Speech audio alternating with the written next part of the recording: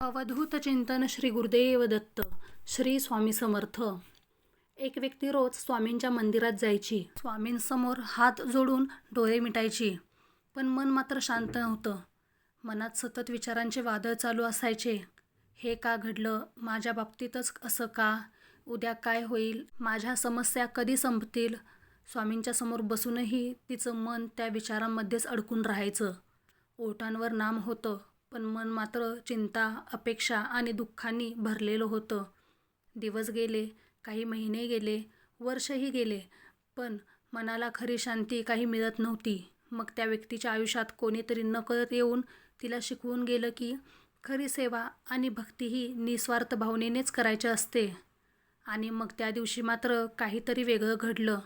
ती व्यक्ती नेहमीप्रमाणे मंदिरात आली, पण आज तिच्या चेहऱ्यावर वेगळी शांतता होती. आज काही ती मागायला आली नव्हती. ना तक्रार, ना प्रश्न, ना अपेक्षा.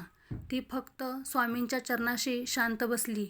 डोळ्यातून नकळत अश्रू आले आणि मनात एकच भाव होता. स्वामी, आता सर्व काही तुमच्यावर सोडलं आहे. जे होईल ते तुमच्या इच्छेने होईल. त्या क्षणी मनातले असंख्य विचार जणू विरघळून गेले. जिथे सतत गोंधळ होता, तिथे आज शांतता होती. कारण आज ती व्यक्ती स्वामींकडे निस्वार्थ भावनेने आली होती. स्वतःचा भार स्वतः वाहण्याऐवजी तिने तो स्वामींच्या चरणी ठेवला होता. तेव्हा तिला कळालं, सेवा म्हणजे फक्त मंदिरात येणं नाही.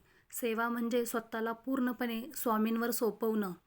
ज्या दिवशी मन निस्वार्थ होईल, अपेक्षा संपतील आणि सर्व काही स्वामींवर सोडून दिले जाईल, त्याच दिवशी खरी सेवा घडते आणि मनाला शांती लाभते. व्हिडिओ आवडल्यास चॅनेलला लाईक, शेअर, सबस्क्राईब करा. श्री स्वामी समर्थ.